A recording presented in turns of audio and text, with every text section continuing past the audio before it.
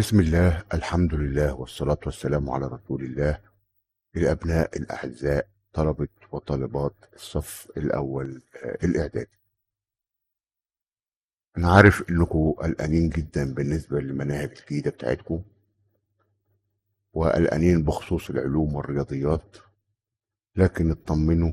المناهج الجديدة وخصوصا في العلوم والرياضيات اللي أنا أقدر أتكلم عليهم تافهة جدا وأسهل إن شاء الله بكتير من منهج أولى إعدادي السنة اللي فاتت.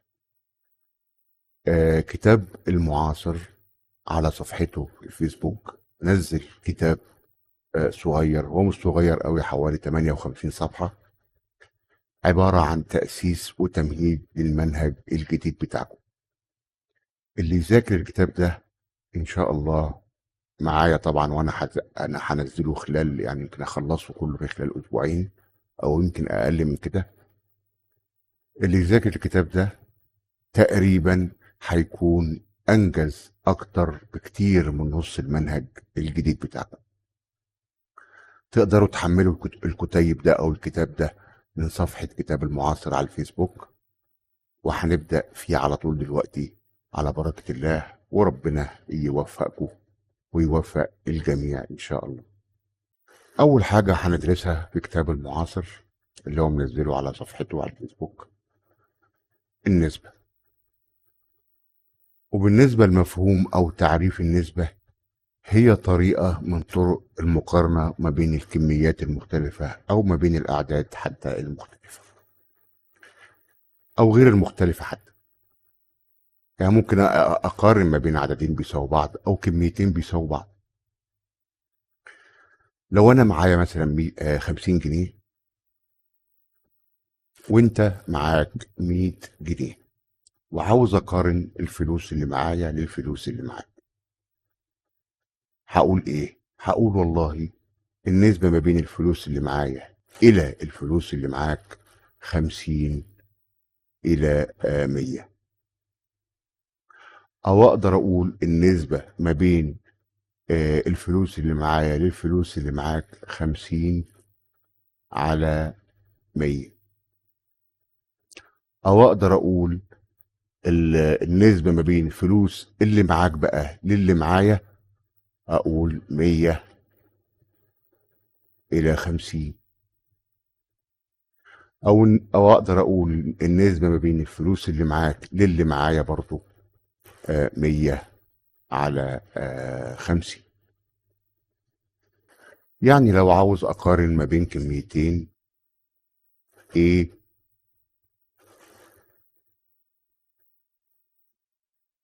و B، هقول النسبة ما بين A إلى B، يعني هقول بالعربي بقى A إلى B. أو ممكن أقول A إلى B، أو ممكن أقول A على B. دي بالنسبة للمقارنة ما بين كميتين A و B. أول مثال عندك في الكتاب بتاع المعاصر، مثال واحد بيقول لك فريق غنائي يتكون من 15 شخص، منهم 7 أولاد والباقي بنات. في كل مما يأتي اكتب نسبة تقارن بين عدد الأولاد والعدد الكلي للفريق. العدد الكلي للفريق قال لك كله 15 شخص، يعني 15 واحد. 7 أولاد والباقي بنات، يعني البنات كام؟ أكيد 8. هو طالب أول طالب بيقول لك عدد الأولاد والعدد الكلي للفريق. يبقى النقطة رقم 1، النسبة بين عدد الأولاد والعدد الكلي للفريق هي عدد الأولاد 7، العدد الكلي للفريق 15. يبقى النسبة على طول 7/15.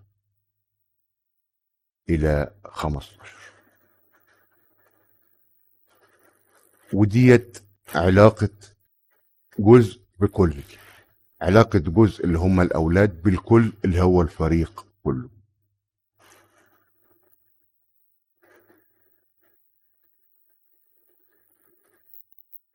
وممكن أكتب النسبة دي برضو في صورة 7، أو ممكن تقول أو في صورة 7 على 15. بعد كده هو عاوز نسبة تقارن ما بين عدد البنات وعدد الأولاد. يبقى هنقول له 2 النسبة بين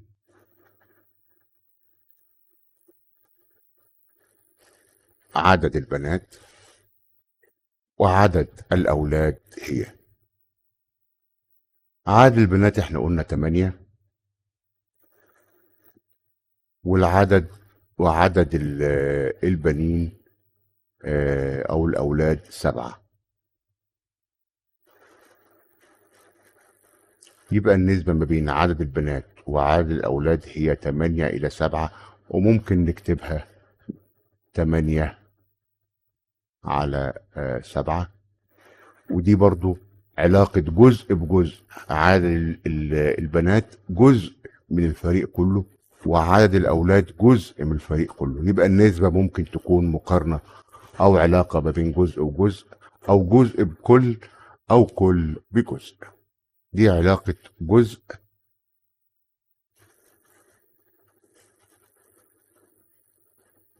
بجزء.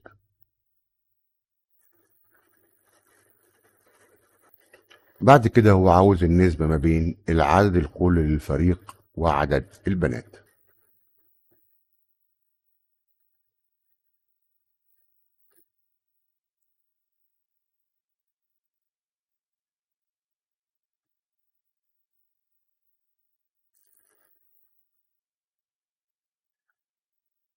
يبقى النسبة ما بين العدد الكلي للفريق وعدد البنات، العدد الكلي للفريق قلنا كام؟ 15، وعدد البنات 8. يبقى النسبة 15 إلى 8،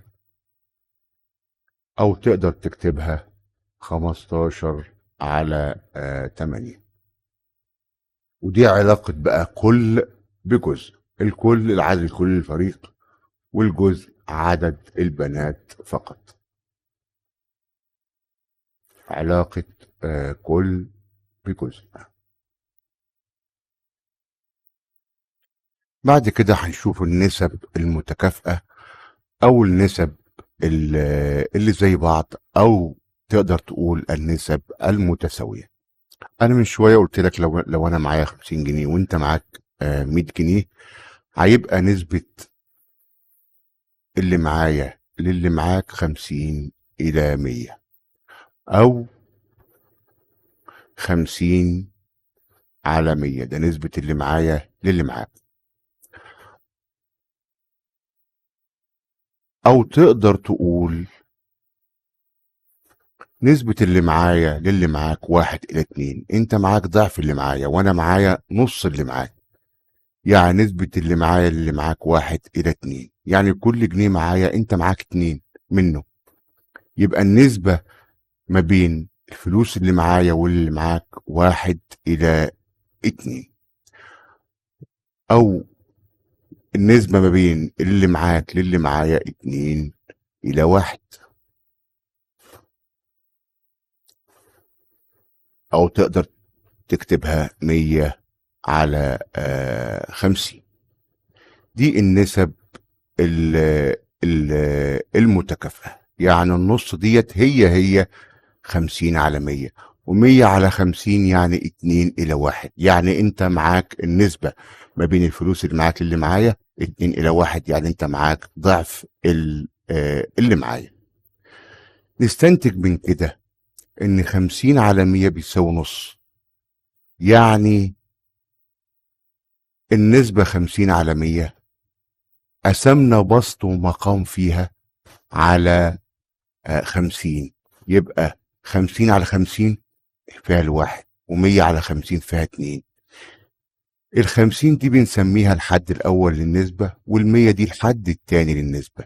يعني أنا لو ضربت الحدين بتوع النسبة أو البسط والمقام بتوع النسبة في عدد، أو قسمته على عدد، تطلع لي برضو هي النسبة طالما أنا بضرب في نفس العدد أو بقسم على نفس العدد.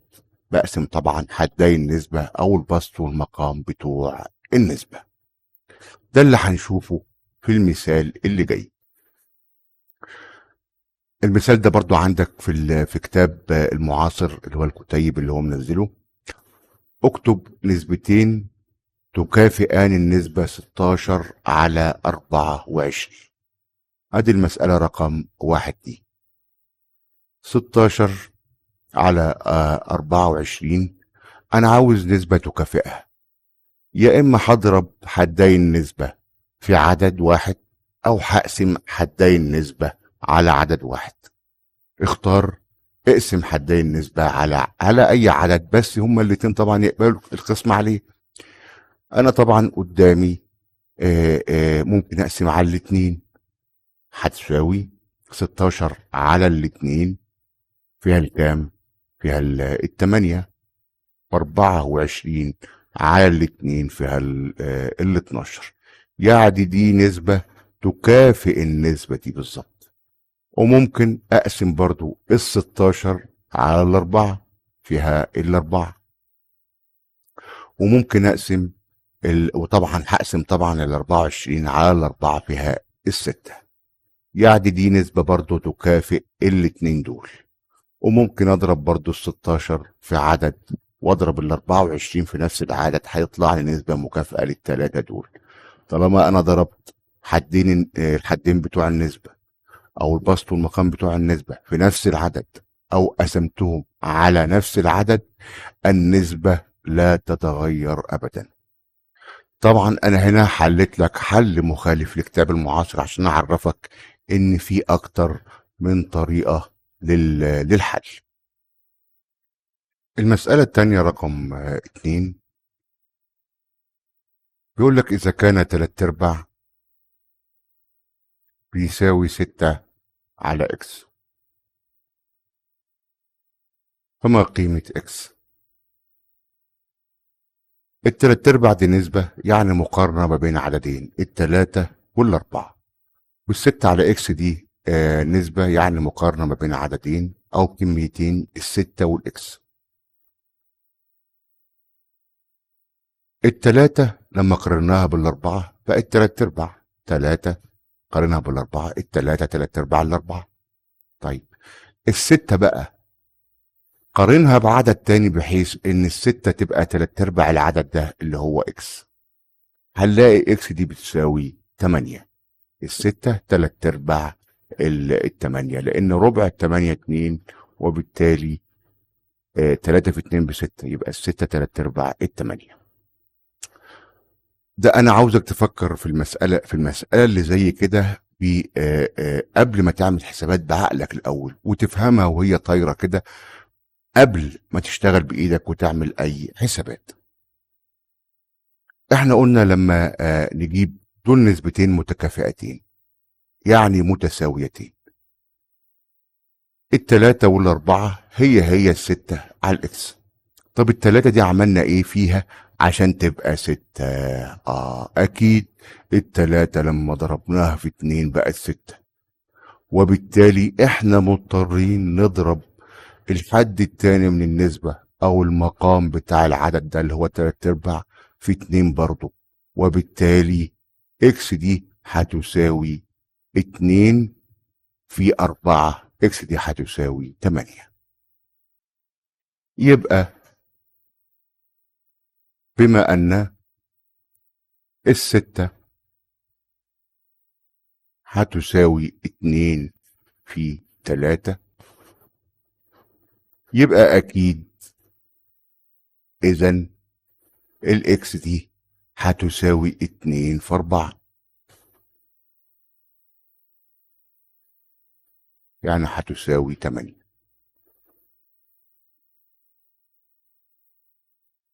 موضوع ضرب النسبة أو ضرب حدين النسبة في عدد واحد أو قسمتهم على عدد واحد، ده مهم جدا. هيحللك مشاكل كبيرة جدا خلال المنهج بتاعك، أو خلال منهجك في السنين اللي جاية إن شاء الله. بعد كده وصلنا لكتابة النسبة في أبسط صورة. أنا من شوية برضو قلت لك لو أنا معايا 50 جنيه وأنت معاك 100 جنيه، النسبة بين الفلوس اللي معايا اللي معاك 50 على 100. يعني نقدر نقول 1:2. أنا عملت إيه هنا؟ زي ما قلت لك من شوية، أنا قسمت حدين النسبة أو البسط والمقام على أكبر عدد يقبلوا عليه القسمة هما الاتنين. أكبر عدد يقبلوا عليه القسمة هما الاتنين أكيد هو 50. العدد ده بنسميه العامل المشترك الأعلى، العامل المشترك الأكبر. العامل المشترك الأكبر هو أكبر عدد لعددين، مثلا هو أكبر عدد العددين دول يقبلوا الاسم عليه.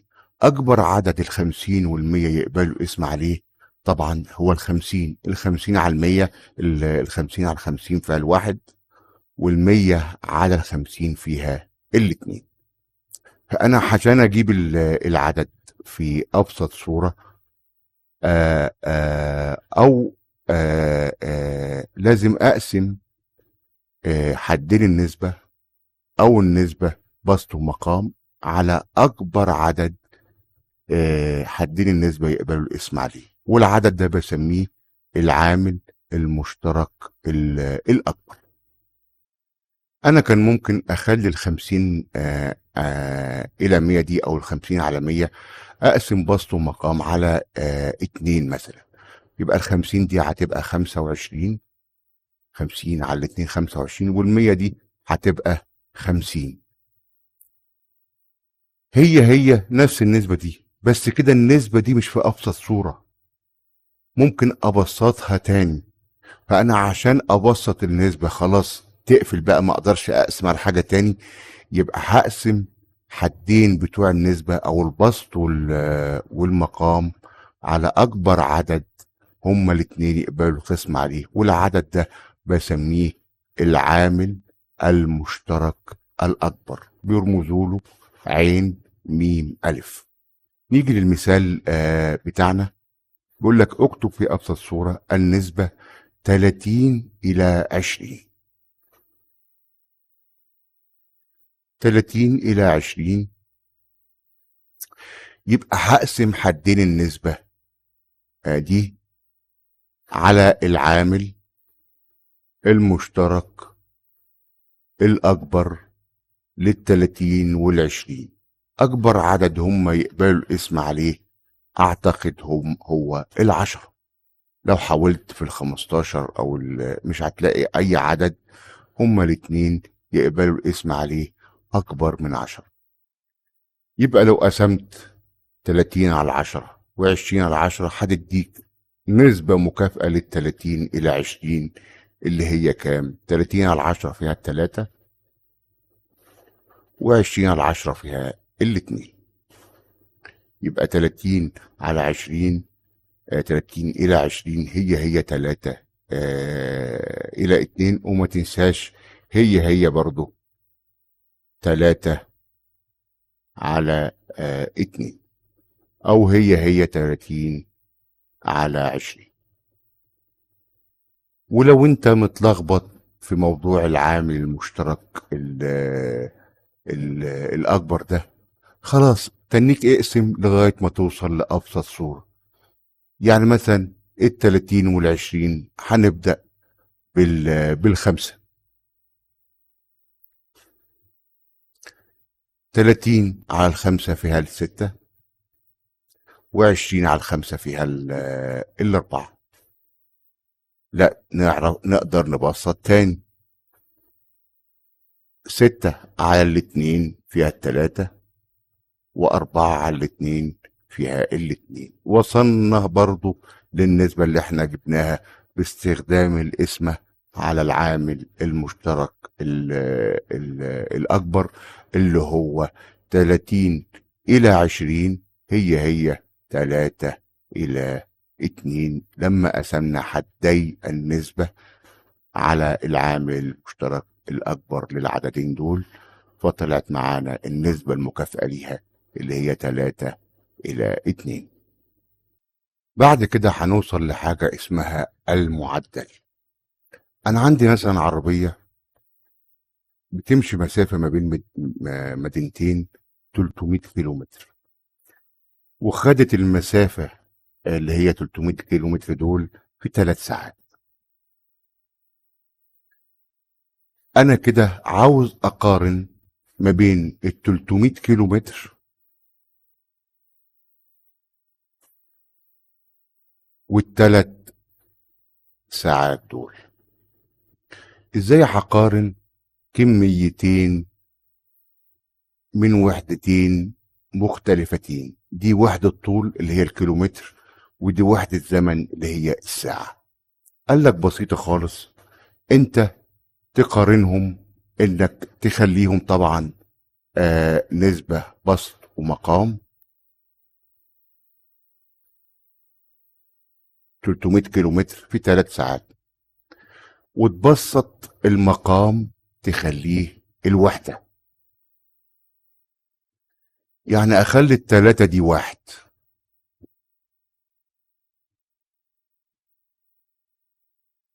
وطالما خليت ال3 دي 1 يعني قسمت على ال3، يبقى لازم اقسم الحد الاول من النسبة دي ما بين ال 300 كيلو متر وال3 ساعات، اقسم ال 300 دي على 3 هي كمان، يبقى اخليها 100.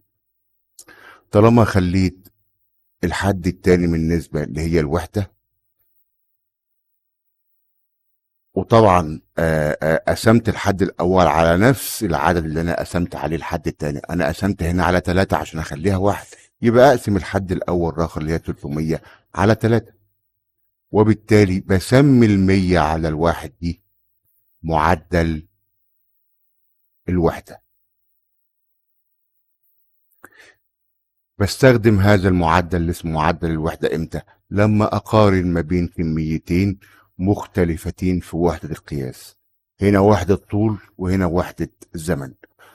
وده بيسهل لي ان انا اقدر اقارن مثلا عربية خدت المسافة ما بين المدينتين دول في 3 ساعات، وعربية تاني خدتهم في 6 ساعات.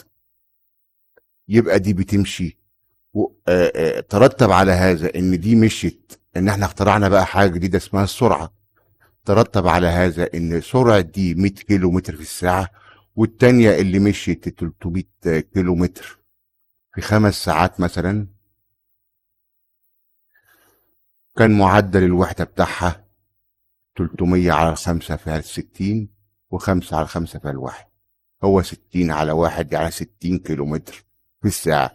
يبقى أنا كده أقدر أقارن ما بين عربيتين قطعوا مسافة في زمن مختلف، مسافة واحدة في زمن مختلف، أو أقدر أقارن باستخدام معدل الوحدة ما بين كميتين مختلفتين في وحدة القياس زي ال 300 وال3.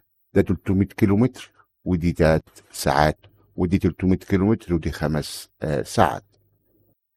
يبقى أنا لما أخلي مقام النسبة في النسبة اللي أنا بقارن بيها ما بين الكميتين دول، لما أخلي المقام الوحدة اللي هو 1، يبقى أنا كده بسمي النسبة الجديدة اللي هي طبعا مكافأة للنسبة دي، بسميها معدل الوحدة. وصلنا للمثال رقم 4 على معدل الوحدة. بيقول لك أوجد معدل. المثال ده طبعا موجود عندك في الكتيب اللي منزله المعاصر برضه. بيقول لك أوجد معدل الوحدة لكل مما يأتي. 1، 12 طالب لكل 4 مقاعد. هو عاوز يقارن هنا ما بين الكميتين دول، 12 طالب و4 مقاعد. الكميتين دول لهم وحدات مختلفة. دي وحدات الكمية دي طالب، ووحدات الكمية دي بالمقاعد أو بالمقعد.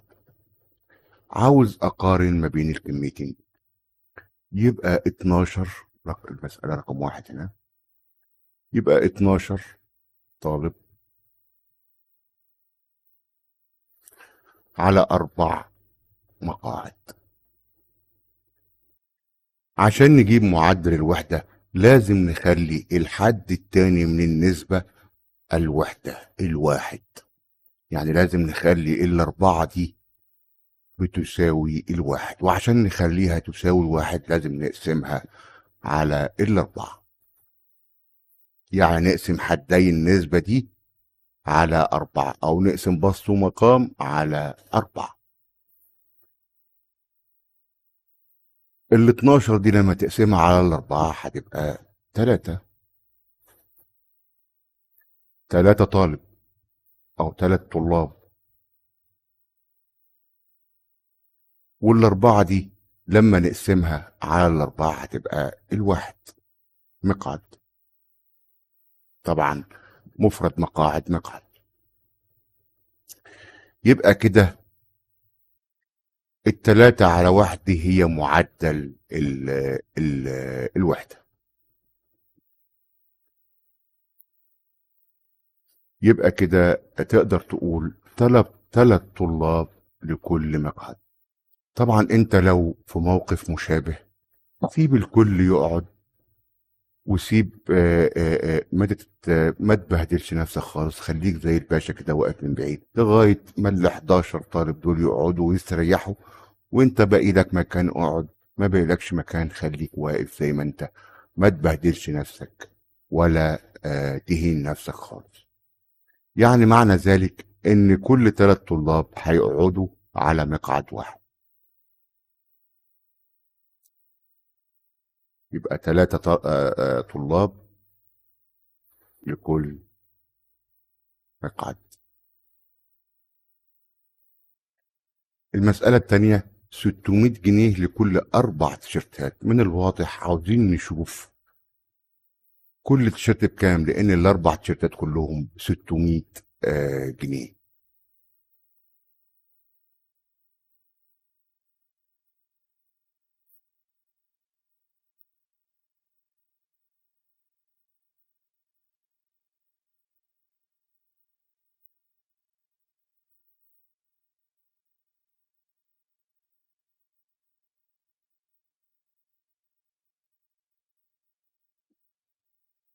فعاوزين نخلي النسبة ديت.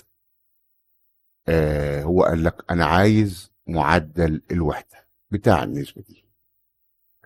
عاوزين نخلي الحد التاني من النسبة ديت يساوي الوحدة. يعني هنقسم بسط ومقام أو حدين النسبة على الأربعة. يبقى هنا تيشيرت، وفوق هتقسم ال600 على الأربعة هيبقى 150. 150 جنيه طبعا. ده معدل الوحدة للنسبة دي.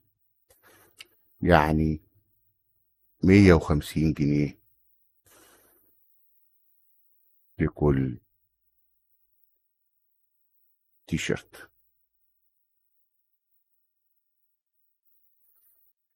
المسألة رقم 3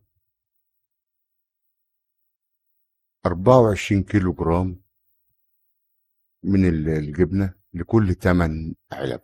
يعني هو عاوز يعبي 24 كيلو جرام في 8 علب، أو وزن ال8 علب 24 كيلو جرام. طبعا هنا عندي وحدتين مختلفتين، الكيلو جرام والعلب. يبقى 24. أنا عايز طبعا أعرف كم كيلو جرام في العلبة الواحدة. 24 كيلو جرام على ال8 علب دي بتساوي.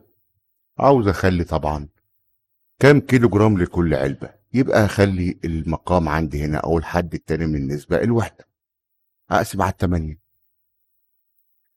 يبقى 1 علبة، وفوق 24 على 8 فيها 3 كيلو جرام. يبقى انا كده عرفت احط كام كيلو جرام في كل علبة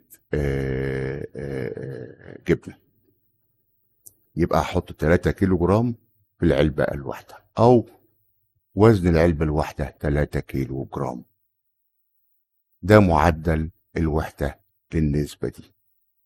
يبقى 3 كيلو جرام لكل علبة. بعد كده المسألة رقم 4، 450 كيلو متر لكل 3 ساعات. دي عربية مشيت 450 كيلو متر، أنا عاوز أعرف في 3 ساعات. طبعا دول وحدتين مختلفتين، كيلو متر وحدة طول، وديت وحدة زمن أو ساعة. فبالتالي أنا عاوز أعرف بالظبط العربية دي بتمشي كام كيلو متر في الساعة الواحدة.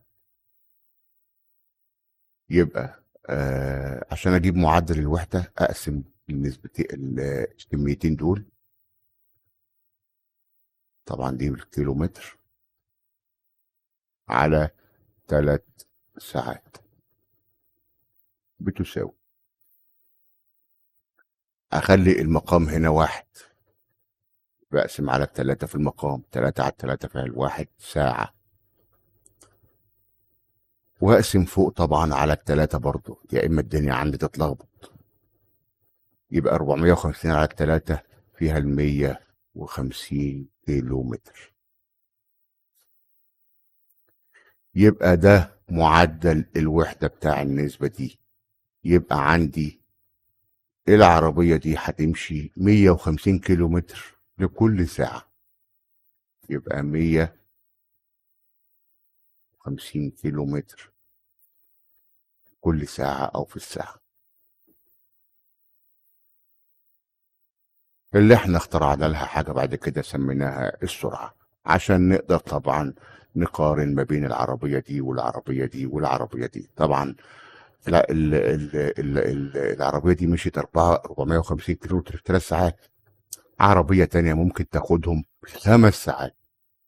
فبالتالي هتبقى تقطع نفس المسافة في زمن مختلف. فبالتالي هتشوف ان العربية التانية اللي بتقطع 450 كيلو متر في 5 ساعات، معدل الوحدة بتاعها 90 كيلو متر في الساعة الواحدة. هنقسم 450 على الخمسة فيها 90، والخمسة على الخمسة فيها الواحد. فتقدر تقارن ما بين كميات مختلفة في الوحدة باستخدام معدل الوحدة. وبكده نكون خلصنا الجزء الأول من بداية الكتيب المعاصر. هكمل لكم الأجزاء بسرعة إن شاء الله، هنخلصه بسرعة في خلال أسبوعين على الأكثر. اللي عنده أي سؤال أو استفسار لا يتردد أبدا إن هو يبعتهولي في الكومنتات، وأنا هرد له عليه بسرعة إن شاء الله. أي شيء أو أي مسألة في العلوم أو الرياضيات في المستقبل إن شاء الله مش عارفها ابعتها لي، هتلاقيني إن شاء الله بلحقك بحلها. حتى لو هعمل لك فيديو مخصوص هعمله لك، طالما أنت محتاج هذا الفيديو عشان تفهم. أهم شيء أنت وظيفتك الأساسية إنك تفهم، وسيب الباقي على الله ثم على العبد الفقير. وإلى اللقاء في الحلقة القادمة أو في الحصة القادمة، والسلام عليكم ورحمة الله وبركاته.